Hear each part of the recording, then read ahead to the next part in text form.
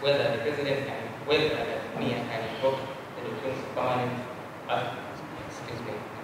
whether can invoke the doctrine of res patriae and public trust doctrine.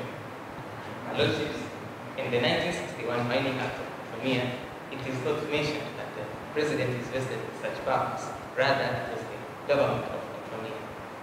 Hence, Your Honor, reiterating our previous argument that the legal manufacturer had contained as conversation so the president can again not rely on the newly enacted laws. Counsel, I'm sorry, but previously, a few seconds ago, you just said that the president is the trustee. And now, when you're talking about the doctrine of public trust, you're saying that the law did not place the president as the trustee. So which one is it? Well, I went to the court's record and said in the alternative, assuming the newly enacted laws are found to be applicable for this court, still it amounts to considerable irregularity in the application. And that is when I said the president is the trustee in the alternative, in case the court goes this way. That is distinguishable from previous arguments. The previous question from the Honorable Lead Judge here, where he asked you why you were referring to the president a lot, you said you're referring to the president because the president is the trustee. But then now, when we're talking about invoking the doctrines of public trust, you are saying the president is not the trustee. So is the president the trustee or isn't he the trustee? In the old laws, which we, because of our organization that we are seeking to apply, is not passed.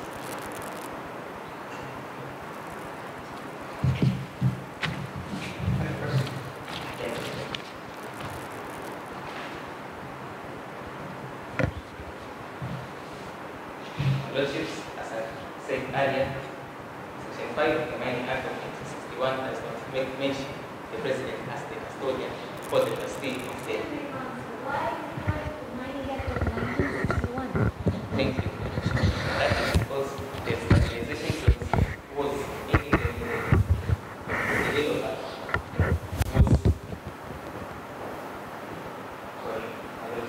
And referring to the 1961 Mining Act, because that is the law applicable to the legal act.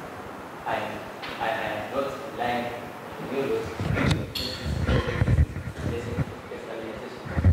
Are you trying to say a law which has been amended or whose clauses are partly repealed are prospectively applicable to an agreement that was signed when the law was applicable years ago? And if that is so, under which legal argument and doctrine are you saying that?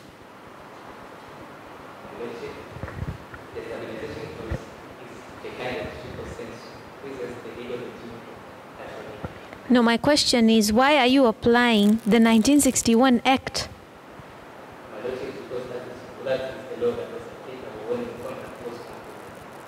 So you're trying to say that even though the law that was applicable in 1961 is today repealed or amended, is still applicable prospectively to a contract that was signed by then?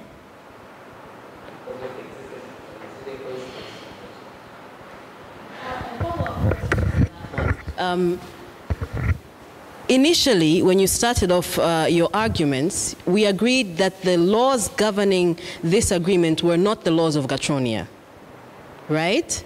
But you pleaded before this court that because the defendants have breached the agreement, they have forfeited their rights, and therefore the laws of Gatronia will be applicable.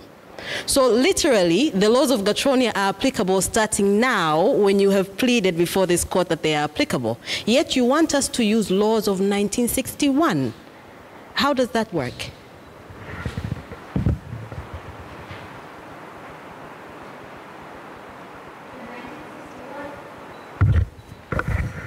The 1961 Act, in my opinion and in my legal knowledge, does not exist anymore. The statute books today.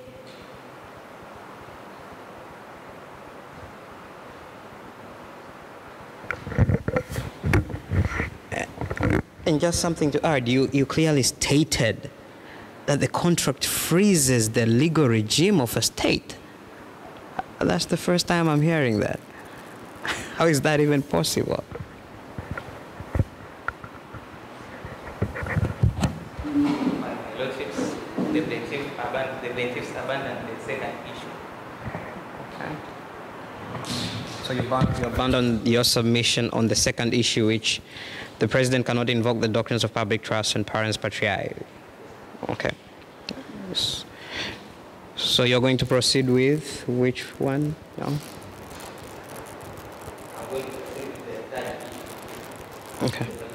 Before you proceed with the third issue, just to make this clear, you abandoned the second issue on the fact that the president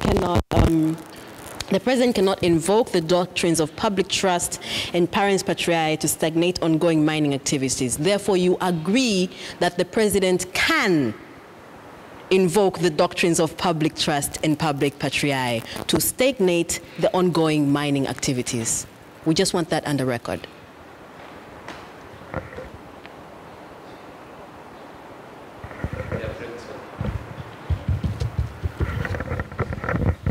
You can proceed, counsel, to your third issue, I believe.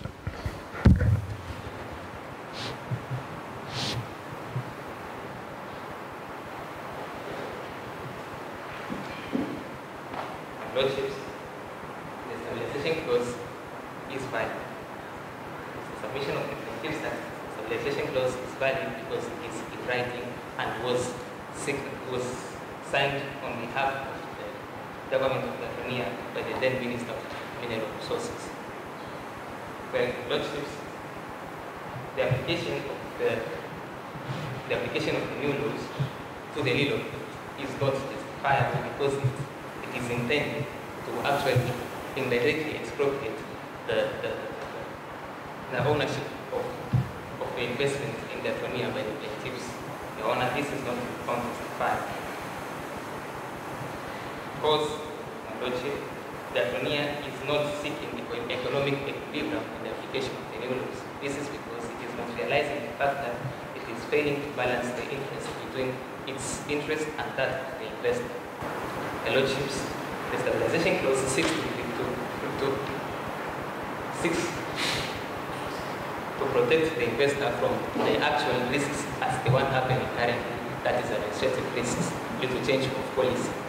Your Honor, due to the subsequent invocation of the doctrines of parens patriae and public trust doctrine, my Lordships, the investment becomes of no economic value.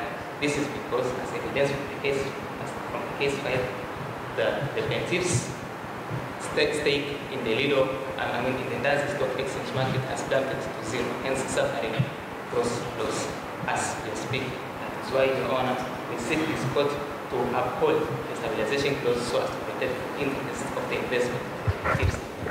Well, counsel, what you're trying to now submit is that you want this court to uphold the stabilization clause that limits a judicial, not a legislature of a state from enacting laws. Is that what you're trying to say? No. What I'm trying to say is for this court to specify to balance the interest of the application of the newly enacted. This court's duty is to enforce laws. This is our duty. Lordships, while agreeing to respect, but we also seek for justice for the investment. Counsel, since you've brought up the issue of justice and to raise the balance so that the investor can once more make a profit, in your words, your stock value has plummeted to zero, and therefore you're trying to protect your interests by using this stabilization clause. But at the same time, you have just agreed that the president can invoke the doctrine of parens patriae in protecting the interests of its people. If we look through the facts of this case, we see that Gatronia, just like as the problem you're facing right now, we're receiving nothing out of this agreement because you were reporting a loss every year. So if the point is to raise the balance and look for equality or equity, don't you think you should come with clean hands? And don't you think that this is actually what the defendants are trying to do? Also raise the bar, create a system of equality and equity, just as you are seeking right now. Well, the existence of Article 9 that is the regulation clause allows parties to actually buy the terms of the contract. And this violates persons to paragraph 2 of the case was the initial attempt of seeking amicable resolution of the marriage dispute before it had escalated to where we are.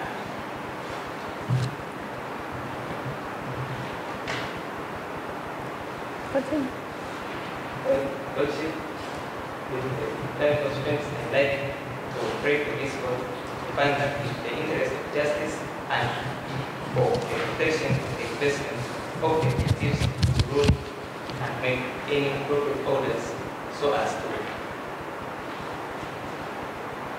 observe the integrity of the illegal mining act and make sure that the veneer does not, that the plaintiffs do not end up into suffering to those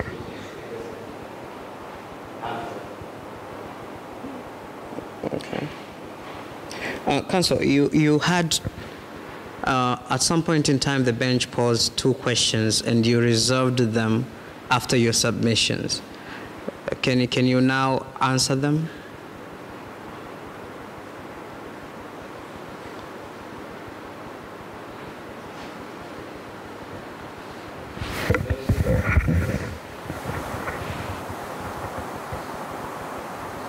Or do you want to be reminded of the questions that you reserved?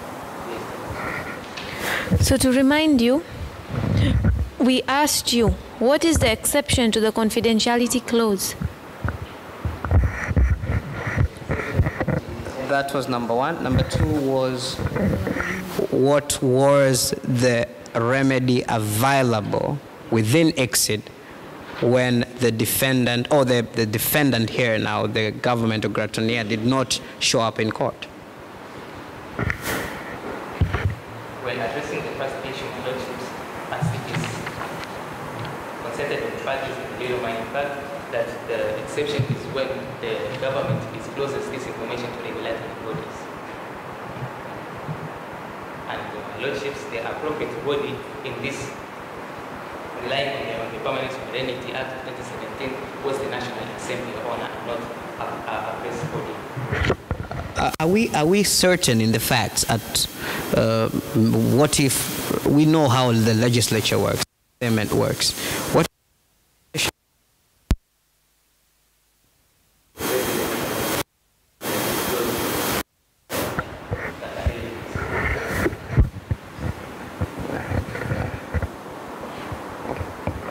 Just a second. It doesn't only say to a regulatory body. It says it may be required by any law whatsoever.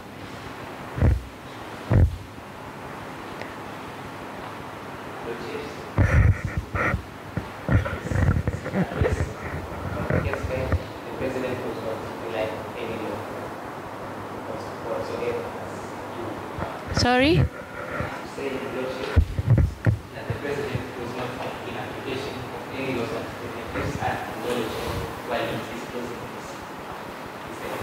Was he not abiding to the right to information under the Constitution? The right to information to public? Was he not following and abiding to the right of public?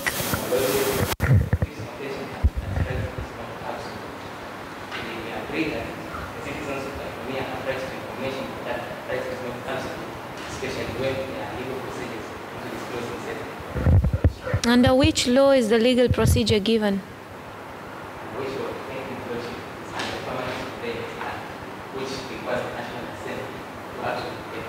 Your time is up, Council. Thank you. Your time is up now. I believe that concludes your submissions. We'll now move to the defendants. Are the defendants ready? Can you tell us your roadmap of your presentation first? Do the introductions and then do the roadmap, please. Sorry.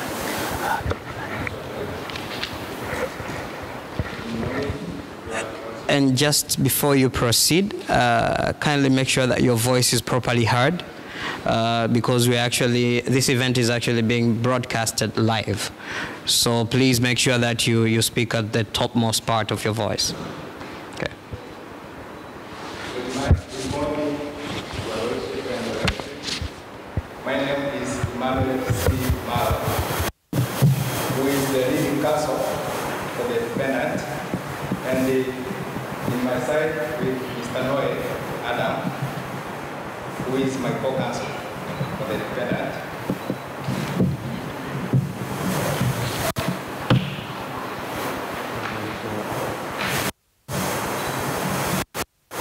Okay, and how are you going to tackle your presentation? Can you give us a roadmap? Your Lordship and Your Excellency, our presentation, first of all, we pray this honorable court to adopt our written submission as a part of our own arguments. Now you're starting to address your submissions. I want you to tell us the roadmap of your submissions. Who is going to use how many minutes? You understand that you have 40 minutes for 20 each. The roadmap for our presentation is that there is two parts. That's preliminary objection and the main issues, whereby each part of each counsel will use 20 minutes. Okay. Whereby me as a leading counsel, I will argue on the first issue of the preliminary objection, that's jurisdiction, and the other issue that's locus then will be agreed by my co-counsel. And pertaining to the main issues, we have 4 main issues, whereby me as leading counsel, I will act on 2 issues, that is issue number 1 and issue number 2, whereby the remaining one, that's issue number 2 and issue number 4 will be acted by my co-counsel, who is Mr. Mariatan. Come up again. I haven't got you right there. You're going to address what issue? Issue number? Me as a leading counsel, I will address issue number 1 and issue number 2. Okay. Whereby the remaining issues, which are issue number 1 and Issue number 3 and issue number 4. Issue number 2 and issue number 4 will be argued by my co-counsel. So that means you're going to address the second issue, both of you? No, me. 1 and 3. Okay, sawa. Okay, now you can proceed. I also may this court allow me to proceed. But the main issue is that the first point of preliminary objection is that the matter is not admissible before this round of court.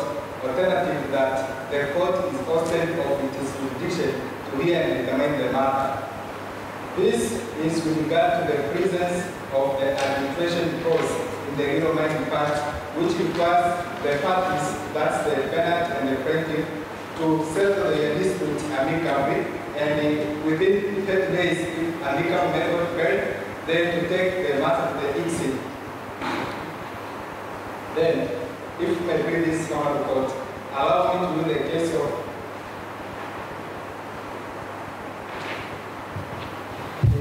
construction, engineering, and builders limited versus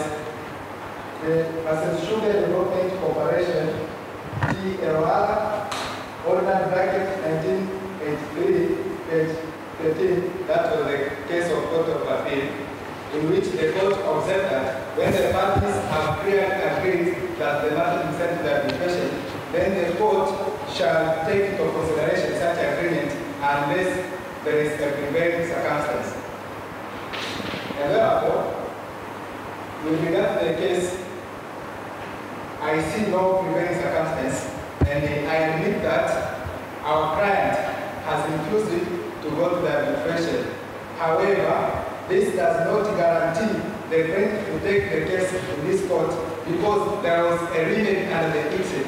And according to Rule 42 of the ICSID rules on arbitration, provide that wherever there is a reporting part who has failed to participate in arbitration, then the plaintiff would have requested the arbitral tribunal to proceed with the matter ex parte.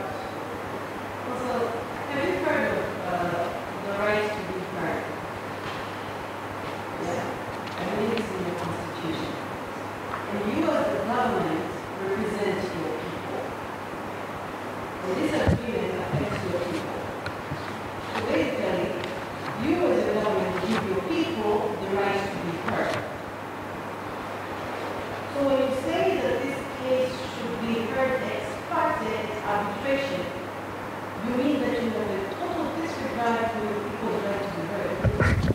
refused arbitration. It is true that there is the right to be heard, and our client as the trustee of the citizen of Gatonia could have invoked such right. However, if Rule 42 of the Exit Convention, for the I forgot subsection, but however, this is subsection 4, subsection 3, Rule 42, sub 3 of the Exit Convention on the arbitration provides that wherever there is expiration of the grace period, or that the plaintiff has not requested the tribunal, this does not mean that I have admitted to what have been presented to the exit. That means it's true that we have rights, and rights it could be invoked by me, and we refuse to go there. But that does not mean that the matter be sent to this honorable court, because they could have some other remedy which they could have taken before coming to this honorable court. Counsel, you also stated, you gave us a case decision here from the Court of Appeal, whereby you say there are circumstances where arbitration can be stepped aside from, and parties can go to a national jurisdiction such as this one. What circumstances are those? And in this situation, because you refuse to go to arbitration, can that not amount to a circumstance where this court can decide this matter? Great. It is my outstanding view that this does not amount to the prevailing circumstance, because if there would have no any other remedy, then I could have admitted that this being the prevailing circumstance.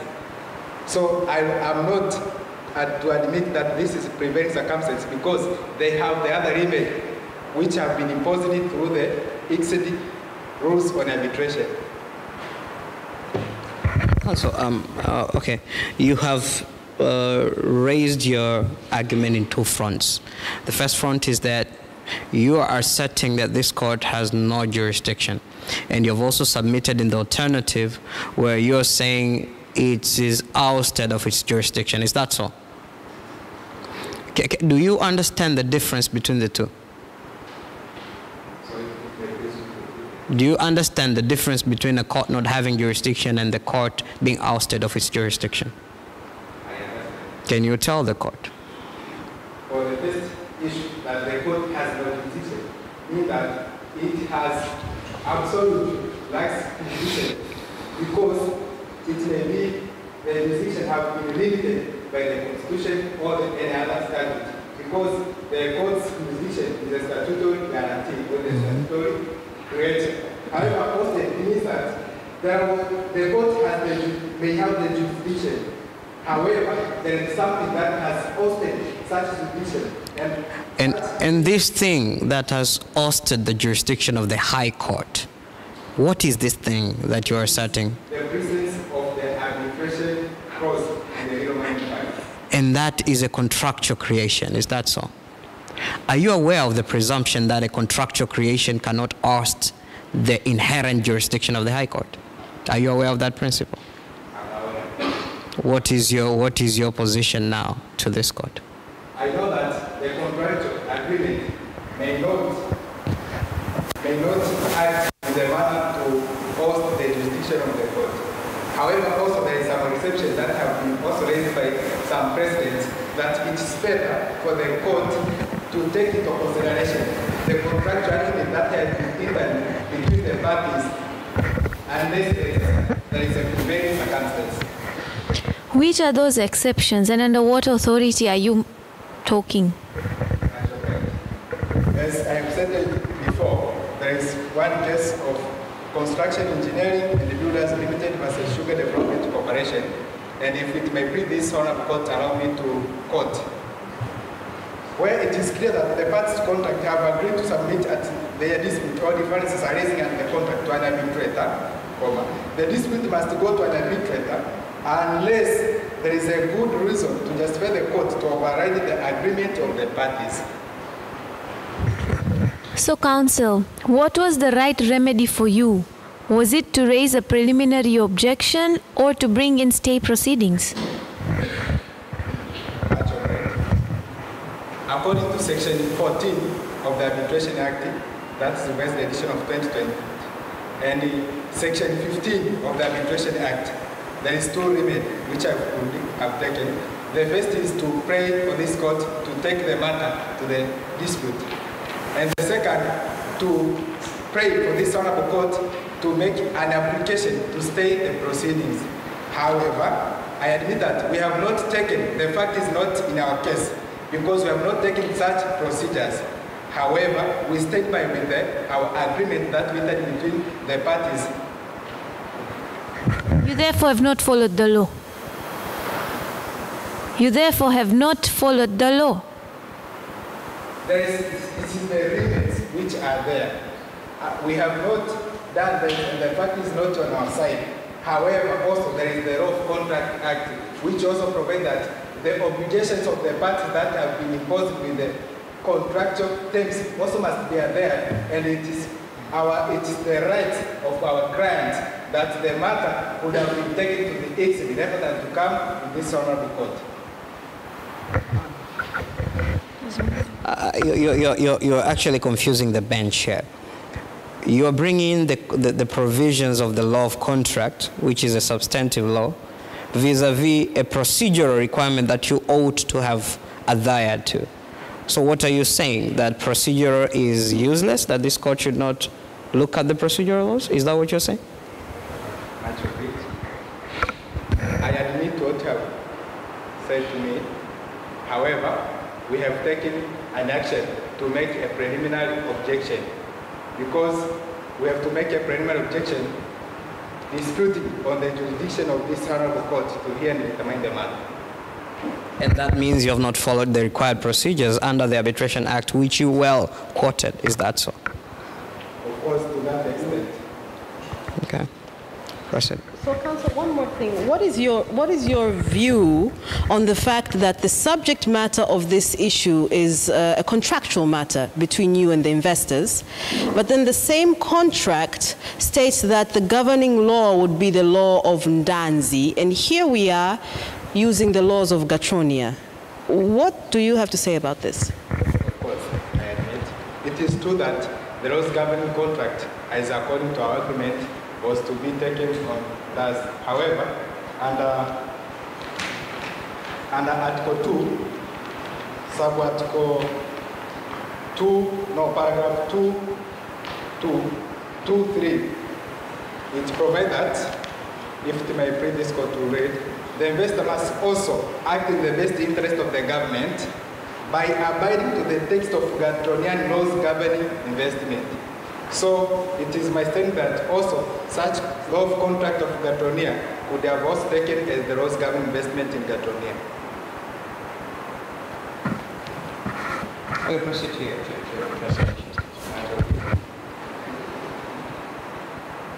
My Lord, if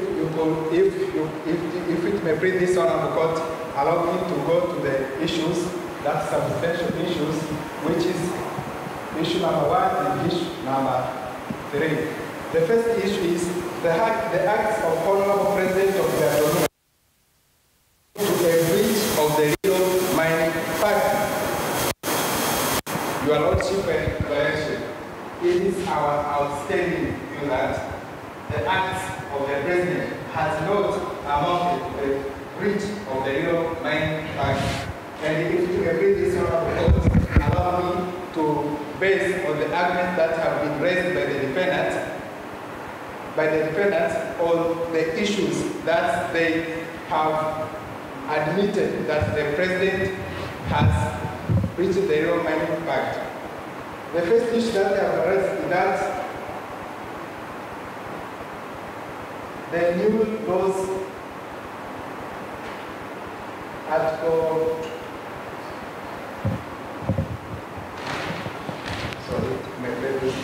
have given me the opportunity to raise. Proceed. The first issue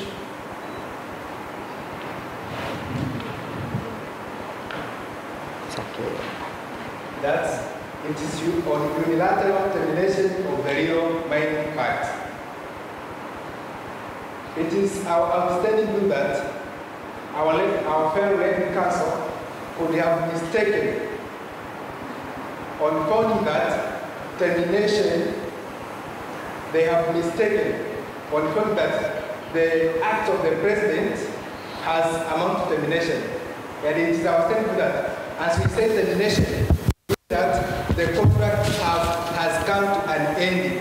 And there is nowhere in the facts which the president has acted to the extent that ends up the contract. It may be the breach, but not to end up.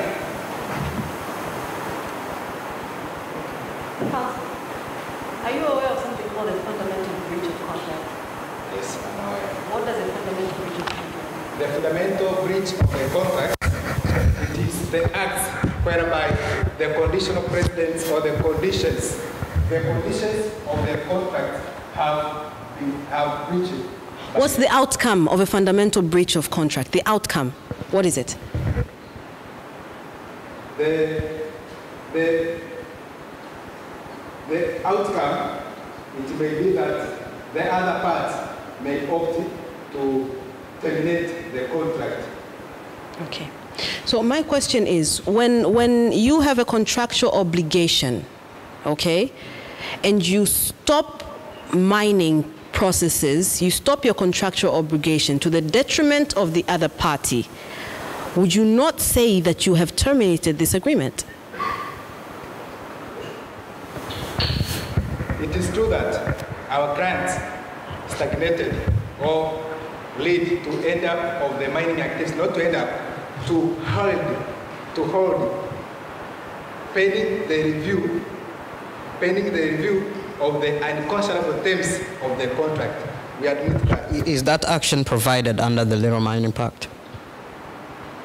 Is that action done by the president and the government of Gratonia? Is that provided for under the Little Mining Pact? Is that an option available under the act, under the pact between the parties? It is not expressing on. What options were available under the pact? The options was, if you may bring this honorable court, allow me to refresh my name.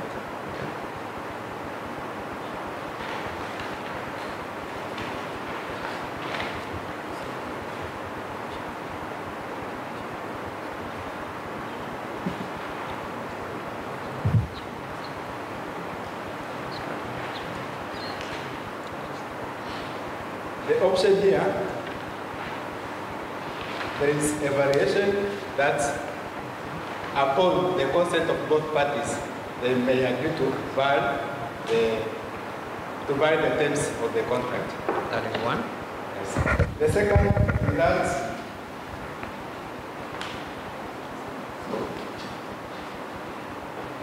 the other one is if the president has, if the Gratonia has a claim that the contract has been breached, then he may take up the position to settle the dispute amicably or take it to the issue. That's the second. However, under Article 2 of the Little Mining Pact, also it is the obligation of all parties to ensure the practicability of the agreement by creating a favorable conditions to make sure that the contract is existing and surviving. So would you agree that halting the mining activities was not one of those favorable conditions? I'm not agree due to the following reason. That the existence of the agreement does not impair the state's right to take the regulatory measures in case as far as the contract is concerned. And such, it was the regulatory measures of the president to take into hold the mining activities, which does not mean that it is the end, it's not the end, but it's called for a while, pending for the review. So it was a regulatory measures that have been taken by the president. Okay, I see your time is up, but you've only addressed the first issue and the third issue. I believe those were the two issues you were supposed to do. Regarding my second issue, I have not responded to. No, this one. Okay, and then I'll give you, the bench will actually grant you extra 3 minutes to finalize on the third issue.